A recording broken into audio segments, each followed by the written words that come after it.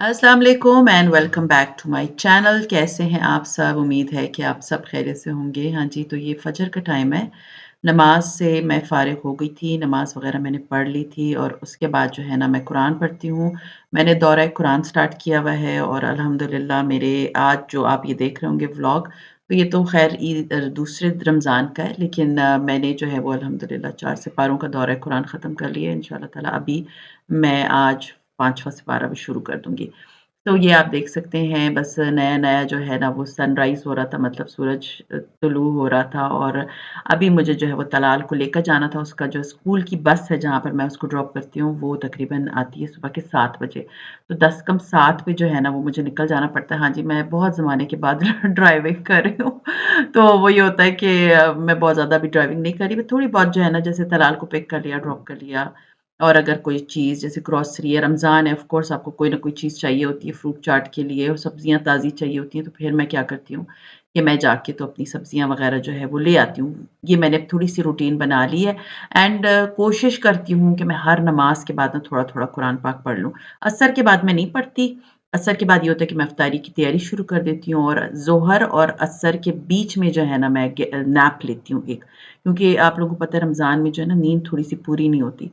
मैं कोशिश करती हूँ कि रात को मैं जल्दी सो जाऊँ और फिर फ़जर के इससे पहले उठूँ और फिर उसके बाद सहरी और ये सारे हो जाने के बाद फिर ना मेरी कोशिश होती है कि मैं ना सोऊँ। लेकिन फिर ज़ोहर के बाद ना मेरी कोशिश होती है कि मैं 1 आध घंटा ज़रूर सो जाऊँ, क्योंकि अगर मैं नहीं सोऊँगी ना सीरियसली आपका दिमाग फिर काम नहीं करता। तो फिर असर के बाद मैं उठती हूँ, असर के टाइम पे नमाज़ पढ़ के तो उसके बाद फिर मैं किचन चली जाती हूँ। तो अब ये जो है वो मैंने ज़ोहर के बाद सिपारा पढ़ा था, फिर मैंने जो है नैप ली और नैप लेने के बाद मैं उठ गई थी और अब मैं आ गई थी किचन। ये तकरीबन आप कह सकते हैं 4:30 पौने 5 बजे का टाइम होता है, तो इस वक़्त मैं इफ्तारी तैयार करना शुरू करती हूँ और यहाँ पर इफ्तारी होती है 6 बज के 17 मिनट पे और आप लोग मुझे बताएँ, मैंने इतना पहले भी पूछा था, कुछ लोगों ने मुझे बताया था, आप लोग मुझे बताएँ आप किस शहर में और आप लोगों की में अफ्तारी और सहरी का टाइम क्या है?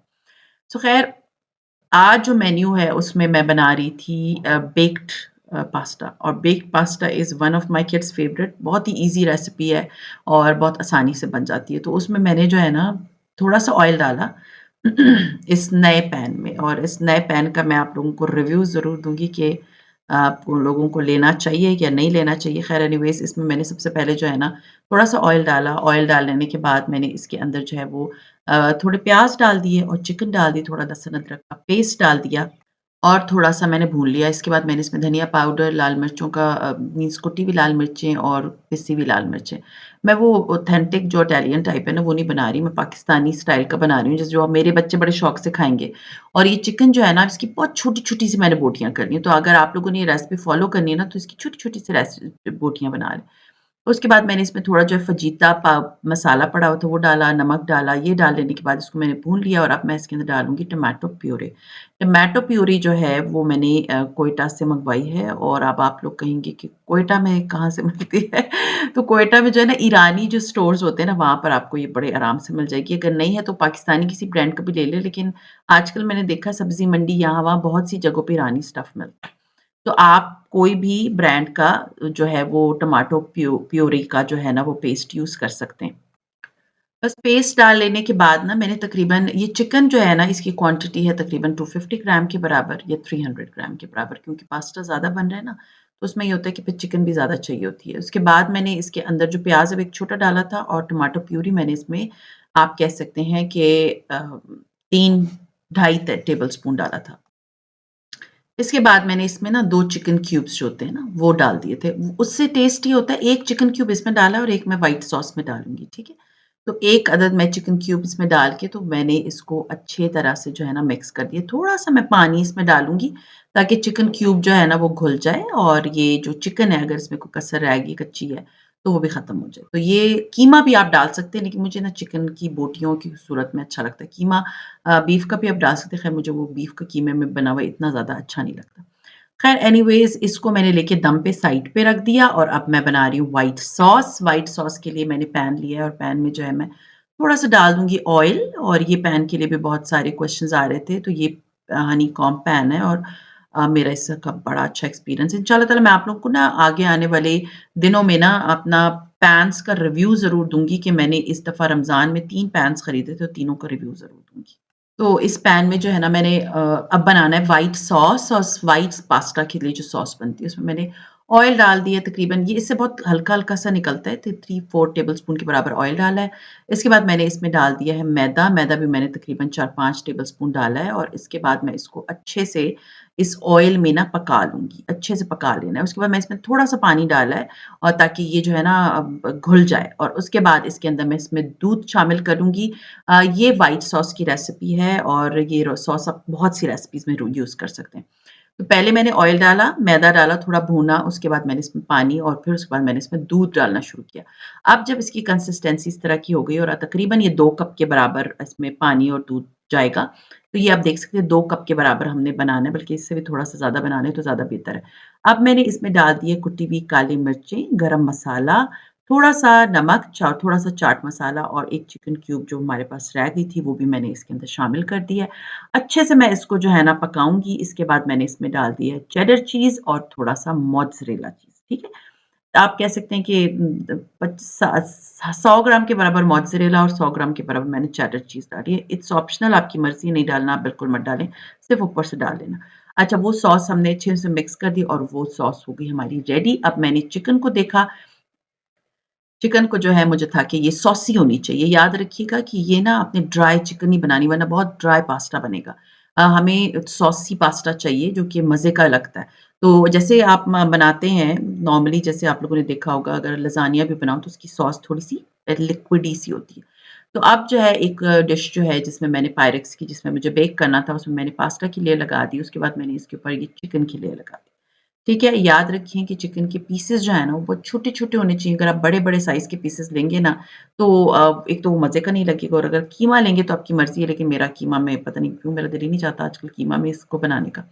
तो अब मैंने इसकी अच्छी-सी लेयरिंग कर देनी है, पूरी लाइक हर कॉर्नर में अच्छे से कर देना। नीचे पास्ता 1 पैकेट मैंने उबाला था, लेकिन उसमें से थोड़ा-सा पास्ता रह गया था, तो बाद में फिर हम कोई और चीज़ रमज़ान है, नई-नई रेसिपी ट्राई करते हो, तो उनमें से कोई ना कोई रेसिपी मैं ट्राई कर लूँगी उस पास्ता से। वो मैंने निकाल के फ्रिज में रख दिया था और पास्ता जो है ना, वो पहले उबाल लिया करें सुबह के टाइम में, तो मैंने सुबह ही उबाल लिया था, बेटी ने मेरी उबाल लिया था। ख़ैर उसके बाद ये हुआ कि अब जो है ना इसके ऊपर हमने डालनी है ये वाली व्हाइट सॉस, इसलिए मैंने आपको कहा कि ज़्यादा क्वांटिटी पे बनाएँ, ताकि ये जो पास्ता है ना ड्राई फ़ील ना हो। नीचे आप देख सकते हैं ड्राई बिल्कुल ड्राई पास्ता की लेयर पे है, लेकिन ये बहुत मज़े का बनता है, बहुत ही यम्मी होता है और चिकन को अगर आप थोड़ा-सा स्पाइसी रखेंगे ना, तो ब्लंट सा टेस्ट नहीं आएगा क्योंकि हम इटालियन काली वाली मिर्चों वाला तो खाना बनाते नहीं है ना, हम तो पाकिस्तानी, हम तो अपने टेस्ट बड्स के अकॉर्डिंगली बनाते हैं और मैंने जैसे आप लोगों के साथ जब रमज़ान की ट्रिक्स और वो टिप्स शेयर की थी उसमें वो ही बनाएँ जो आपके बच्चे खाएँ, ज़ाया मत करें खाने को। तो ख़ैर इसके ऊपर मैंने अच्छे से व्हाइट सॉस की लेयर लगा दी, व्हाइट सॉस भी थोड़ी-सी बच गई थी तो मुझे था कि बाद में जब मैं कुछ बनाऊँगी किसी दिन तो मैं आपके साथ शेयर करूँगी। अब मैंने इसके ऊपर जो मेरे पास चेडर चीज़ जो है वो श्रेडेड पड़ी हुई थी, वो मैंने इसकी लेयर लगा दी। आपको याद होगा आप लोगों ने कल जब मेरा व्लॉग देखा था उसमें भी आप लोगों ने देखा था कि मैंने जो चीज़ है उसको श्रेड कर लिया था। तो इस तरह कद्दूकश करके तो आप रख सकते हैं फ्रिज में। ख़ैर उसके बाद मैंने थोड़ी-सी चीज़ डाली क्योंकि सॉस के अंदर खुद भी बहुत ज़्यादा चीज़ थी। तो अब जो है मैंने इसके ऊपर जो है आप देख सकते हैं कि शिमला मिर्च काट के लगा दी है और शिमला मिर्च अगर आपके पास नहीं है ख़ैर ये ऑप्शन ये प्यारा लगता है, नहीं है तो it's not a big deal आप इसको ऐसे भी बेक कर सकते हैं। तो अगर रेड और येलो वाली है तो वेल एंड गुड ख़ैर मेरे पास तो वो नहीं थी, मैंने ग्रीन वाली ही लगा दी और उसके बाद मैंने ब्लैक ऑलिव्स थे जो कि मैंने फ्रीज़ किए हुए थे, वो मैंने इसके ऊपर लेयर लगा दी और वो लेयर लगा लेने के बाद मैं अब आपको दिखाती हूँ कि कितनी प्यारी लगेगी इसके अंदर जो लेयरिंग हुई हुई है, देखिए ज़रा कितने प्यारे लग रहे हैं। नीचे जो है वो पास्ता है, बीच में चिकन सॉस है और उसके ऊपर व्हाइट सॉस है और this is the final look और ख़ैर अभी मैंने जो है ओवन को गर्म होने के लिए रख दिया था और काफ़ी देर थी, मुझे था कि गरम-गरम जो है ना डाइनिंग टेबल पे जाना चाहिए। अच्छा, इसके बाद ये है कि ये मैंने सेब और अमरूद जो है वो काट लिया था और ये काट के पहले रख लिया था। अब जो है मैंने इसके अंदर थोड़ी-सी कह सकते हैं कि एक 8-10 दाने जो है ना वो स्ट्रॉबेरीज़ डाल दी क्योंकि आजकल सीज़न में है तो आप यूज़ कर सकते हैं और इसके अलावा मैंने इसके अंदर केले डाले हैं, ठीक है? आज जो मैं इस फ्रूट चाट बना रही हूँ ना, मैं वो वाली फ्रूट चाट नहीं बना रही क्रीम वाली। आज जो है मैं आप लोगों के साथ बना रही हूँ जो जूसी होती है फ्रूट चाट। मुझे ख़ैर फ्रूट चाट बहुत अच्छी लगती है रमज़ान में और वैसे तो हम नॉर्मली मैं फ्रूट चाट नहीं बना के खाती, लेकिन मुझे रमज़ान में ना क्योंकि सारा दिन आपने कुछ खाया-पिया नहीं होता, तो आपको बड़ा दिल चाहता है और अच्छा मुझसे किसी ने क्वेश्चन किया था कि आप डायबिटिक हैं, आप रोज़े रख रही हैं? जी हाँ, अल्हम्दुलिल्लाह मैं जब से डायबिटिक डायग्नोज़ हुई मैंने कभी रोज़ा नहीं छोड़ा एंड मुझे अल्हम्दुलिल्लाह कभी कोई प्रॉब्लम नहीं आई। मैं चेक करती रहती हूँ सारा दिन और देखती रहती हूँ कि मेरा शुगर जो है वो लो तो नहीं हो रही, तो मेरी शुगर बिल्कुल ठीक होती है। अच्छा, इसके बाद ये मैंने टैंक बनाया था वो डाल दिया और मिक्स कर दिया, तो आप शुगर की मैं दोबारा बता दूँ कि अगर आपको लगता है कि आपकी शुगर कंट्रोल में है, लो नहीं हो रही, तो प्लीज़ आप रोज़ा रख सकते हैं। कोई मैंने देखा है बहुत से लोग रोज़ा नहीं रखते। देखिए मैं तो पिछले ये मेरी 3rd रमज़ान है कि मुझे डायग्नोज़ हुआ है डायबिटीज़, बट मैंने कभी रोज़ा नहीं छोड़ा। तो अल्हम्दुलिल्लाह हाँ, 1 आध दिन छोड़ा हो वो अलग बात है कि मेरी तबीयत ठीक नहीं हो, अदरवाइज़ मैंने कभी रोज़ा नहीं छोड़ा। तो आप लोग रोज़ा रख सकते हैं। ख़ैर एनीवेज़ हाँ, मैं फ्रूट-चाट खा लेती हूँ, मैं रात को आजकल शुक्र अल्हम्दुलिल्लाह मैंने वॉक स्टार्ट की हुई है, तो 1-2 घंटे मैं वॉक करती हूँ तो एडजस्ट हो जाता है। ख़ैर मैंने फ्रूट-चाट बना ली, उसके ऊपर मैंने चाट मसाला डाला, कुछ लोग नहीं खाते, मेरी बेटी नहीं खाती, बड़ी शक्लें बनाती है, मुझे पता है खाओ, तो वो खा लेती है, ऐसे नहीं कि नहीं खाती, बट ये चीज़ लाइक कि मम्मा इसमें फ्रूट चाट मत डाला करें। फ्रूट चाट के अंदर सॉरी चाट मसाला ना हो तो आप मुझे बताएँ कि उसका टेस्ट आएगा? आप लोग मुझे बताएँ आपके बच्चे क्या-क्या नखरे करते हैं। मेरा बेटा जो है ना वो फ्रूट चाट भी नहीं खाता और मैं और बेटी बस फ्रूट चाट खाते हैं।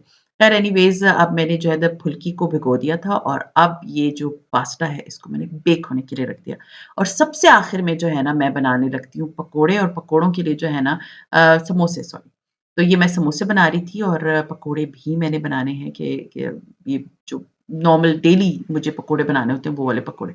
सो ख़ैर ये आप देख सकते हैं कि मैंने जो है ना ये समोसे जो थे ये मैंने रेडीमेड खरीदे थे। उस दिन मैं जब कारफोर गई थी ग्रोसरी करने के लिए तो ये वहाँ पर जो है वो इसका मीन्स पैक्स मिल रहे थे। तो आई वाज़ लाइक बेटर है कि मैं एक ले लेती हूँ। कभी ऐसा होता है ना कोई चीज़ अगर कम होती है तो ये चिकन वाले समोसे हैं तो ये आप आराम से फ्राई कर सकते हैं। वरना उधर रोल्स वग़ैरह भी थे, मैं सोच रही थी कि ले आऊँ। देखिए ज़रूरी नहीं है कि आपने सारी चीज़ें घर में बनानी है। थोड़ी ज़िंदगी आसान भी बना लेता है बंदा। रमज़ान में समटाइम्स आपको बहुत क्योंकि शुरू की रमज़ान है, थोड़ा पहले दिन तो मेरा बड़ा टाइम अप एंड डाउन था। आप लोग मुझे बताएँ आप लोग के साथ ये प्रॉब्लम हुई थी। मेरा तो पहले दिन जो है ना बहुत भागम-भाग मैंने सहरी भी की और इफ्तारी भी की। बट ये कि अब जो है ना थोड़ा-सा ये जैसे 3rd रोज़ा गुज़रा है, ये तो अभी 2nd रोज़े की मैं आपसे शेयर कर रही हूँ, तो मेरा बहुत टाइम एडजस्ट हुआ, तो मुझे पता था कि इस टाइम के बाद मुझे जो है ना सिपारा पढ़ना है, इस टाइम के बाद मुझे ये करना है। तो सारी टाइम टेबल जो है ना क्योंकि रमज़ान में ये होता है कि आप कॉल भी किसी को नहीं करते, आपको होता है कि आप अपना टाइम जो है ना यूटिलाइज़ कर लो सही तरीके से। ख़ैर एनीवेज़ ये सारा जो है मैंने दही फुल्की मैंने भिगो दी थी, तो मुझे बनाने थे दही फुल्की का क्योंकि मेरा बेटा जो है ना वो दही भल्लों के बगैर नहीं रहता, वो दही फुल्कियाँ ही खाता रहता है। तो उसके लिए जो है ना मैंने ये फिर दही फुल्की बना ली थी और पास्ता भी बड़े शौक से खाता है। और मैंने सिंपल ये जैसे हम नॉर्मल दही फुल्की के लिए दही में मैंने चाट मसाला डाला, ज़ीरा डाला, नमक डाला और मैंने मिक्स कर दिया और उसके बाद जो है ना इसके ऊपर मैंने ये यू कैन से कि दही का मिक्सचर डाल दिया एंड आज जो है जब ये मैं इसको सर्व कर रही थी तो नीचे से जो है ना ये इसका जो स्टैंड होता है ना जिसके ऊपर ये डोंगा माउंट है ये वाला जिसमें मैं दही बल्ले बना रही हूँ फुल्की और वो नीचे से हट गया मुझे उसको किसी चीज़ से जोड़ना पड़ेगा अभी तो खैर मेरे पास कोई चीज़ नहीं जब I will see my husband will come and then मैं इसके लिए कोई ऐसी मीन्स स्टिक करने वाले आप लोग मुझे बताएं कि शीशे को जोड़ने वाली कोई मिलती है तो मैं ज़रूर मंगवा लूँगी अगर ऑनलाइन है तो प्लीज़ मुझे उसका लिंक शेयर कर दें खैर ये दही बल्ला मसाला मैंने बनाया हुआ था तो वो मैंने इसके ऊपर डाल दिया और दही बल्ले हमारे हो गए थे रेडी और आज जो पकोड़े मैंने बनाने हैं ना वो मैंने बनाए हैं लच्छा पकोड़ा और इसकी रेसिपी शायद अगर आप लोगों को चाहिए तो मुझे बता देना वरना मेरा ख्याल है कि हर एक को लच्छा पकोड़े बनाने आते हैं।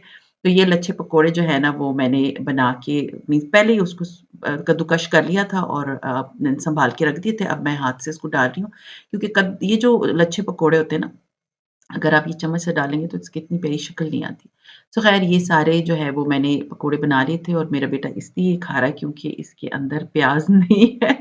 वो जो है वो प्याज़ का बिल्कुल उसको पसंद नहीं है तो मुझे जो है ना ये इस तरह फ़ॉर्म में मुझे अच्छे लगते वाले पकोड़े प्याज़ वाले तो मैं नहीं बना रही आज। लेकिन ये है कि I am literally missing my husband कि वो जब होते थे तो हम प्याज़ वाले पकोड़े भी बनते थे उनकी वज़ह से। तो ख़ैर इंशाल्लाह ताला जब आएँगे तो फिर मैं बनाऊँगी। तो आज ये चटनी थी, खजूरें थी अ, ये दही फुल्की थी, साथ में फ्रूट चाट थी और समोसे थे और ये थी हमारी इफ्तारी और उम्मीद है कि आज आप लोगों को हमारी इफ्तारी अच्छी लगी होगी और इसके बाद जब पढ़ लेती खा इफ्तारी कर लेती हूँ तो फिर मैं अपना कुरान पाक पढ़ती हूँ और उसके बाद मैं चली जाती हूँ वॉक करने के लिए। खैर ये था मेरा आज का व्लॉग उम्मीद है पसंद आया होगा, पसंद आता है तो लाइक कीजिए, सब्सक्राइब कीजिए एंड शेयर कीजिए with your friends and family and see you इंशाल्लाह ताला in my next vlog till then अपना बहुत ख्याल रखिए, दुआ में मुझे याद रखिएगा। टेक केयर एंड अल्लाह हाफ़िज़।